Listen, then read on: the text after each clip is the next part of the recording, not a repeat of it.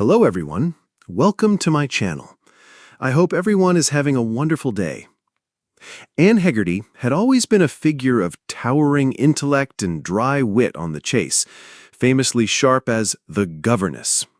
Her fans admired her for her fierce intelligence, impeccable memory, and unshakable composure.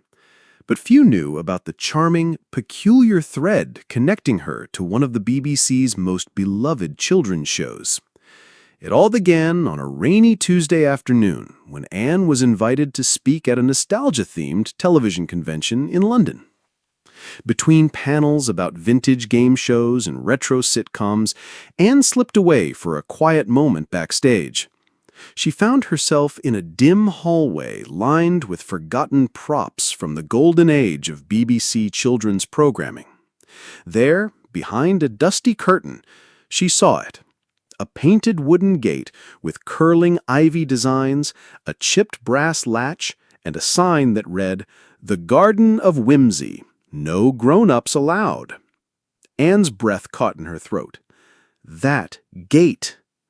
That very gate had once been the magical portal into a world she had loved as a child. Topsy Twiggle's Garden, a whimsical BBC show that aired in the 1970s, filled with talking animals, spinning mushrooms, and gentle moral lessons about kindness, curiosity, and compost. No one had thought about Topsy Twiggles in decades. It was one of those odd little shows that flickered through the memories of a generation. Sweet, strange, and slightly surreal. But Anne remembered everything. What the public didn't know was that Anne Hegerty had been part of Topsy Twiggle's Garden, not as a viewer, but as a cast member. At age 12, Anne had been cast as Bookish Beth, a quiet, curious girl who always had a riddle to solve or a puzzle to explain. She was the only recurring human character in a garden full of puppets: Sir Snailington, the poet snail, Madame Mushroom, the opera-singing toadstool, and her best friend, Pip, the hedgehog who dreamed of becoming an astronaut. The show only ran for 2 seasons, and Anne left acting behind shortly after. It was a strange, sweet blip in her childhood that she had long buried beneath Oxford dictionaries and trivia tournaments. Until now. Word of Anne's hidden television past spread quickly at the convention.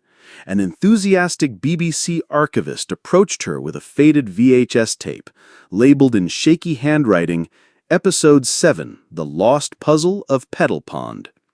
They played it together in a small backroom theater, the screen flickering to life with bright colors and cheerful music.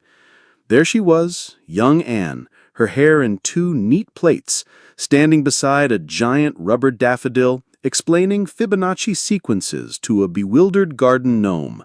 She laughed in disbelief. I was essentially a tiny quizmaster in a fantasy garden. The rediscovery sparked a wave of online excitement. Fans of the chase and vintage TV alike were delighted by the connection. Memes were made. Clips of Bookish Beth went viral on TikTok. A new generation was charmed by her early wisdom, while longtime fans couldn't believe the iron-willed governess had once sung lullabies with talking daisies. BBC soon announced a special documentary, Before the Governess, Anne Hegerty's Secret Garden, featuring Anne returning to the original filming location, a forgotten studio lot in Surrey, now overgrown with real ivy and wildflowers. She even reunited with Pip, the puppet, lovingly restored by the original puppeteer's grandson, and together they solved a brand new riddle for old time's sake. Anne, never one for sentimentality, admitted she was surprised by the warmth that stirred in her. She said, "I spent most of my life proving what I knew. It's quite nice to be remembered for what I loved."